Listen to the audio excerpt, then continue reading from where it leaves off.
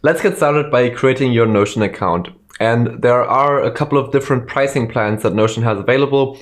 So let's go over them quickly as well so that you know which kind of plan would be best suited for your needs. So the great thing about Notion is that they have a very, very generous free plan, which you can see over here. So this is the personal plan.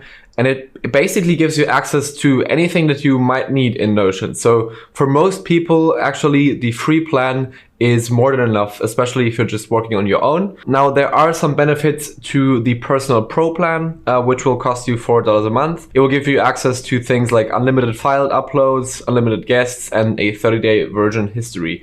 So if you're more of a power user that wants to really do everything inside of Notion, then this might be the right choice for you. Notion also has plans for businesses and larger organizations. These would be the two plans over here. The team plan is for teams. So I'd say if you have around like 10 or like 5 to 50 people, you're like a smaller to medium-sized business, then this is the right plan for you. And anything above that, you will probably want to take a look at the enterprise plan for more advanced security features and stuff like that. So these plans don't really give you that much functionality in addition to what the Personal Pro plan and the personal plan have.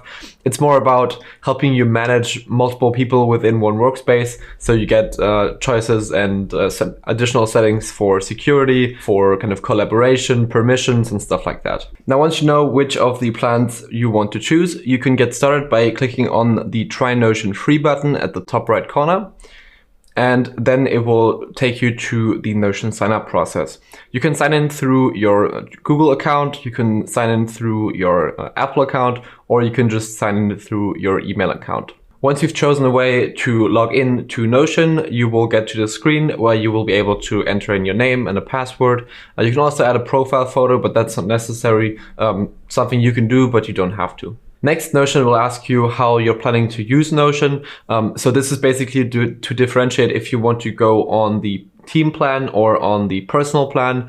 For most of you, you'll want to go with the For Myself option, as you'll probably use Notion as an individual. And that's it. Now you have your Notion account ready, which we'll take a closer look at in the next video.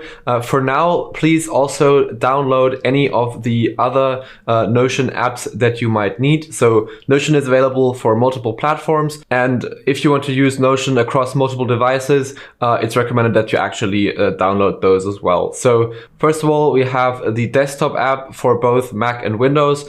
This doesn't really add that much functionality. It's more kind of your preference if you rather like the native desktop apps compared to using software in your browser.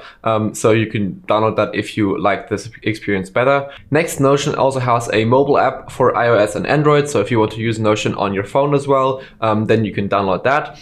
And there's also the so-called Notion Web Clipper, which is a browser extension that's available for Chrome, Safari, and Firefox. We'll get into that later, but I'd recommend you actually install that as well because it's really helpful. It really enhances your experiences with Notion. You can find the link to all of these tools down in the description. And again, they're not necessary, so you don't need to install them if you don't want to. They are just like enhancements that make your Notion experience better. And we will definitely be talking about the Notion Web Clipper later. So if you want to follow along with that, I really recommend you install it. Now, the content that you have inside of Notion will always be synced across the devices. So it doesn't actually matter which kind of device or app you use. In the end, it will all be synced and you will be able to access it from anywhere. And with that, we're ready to start exploring Notion.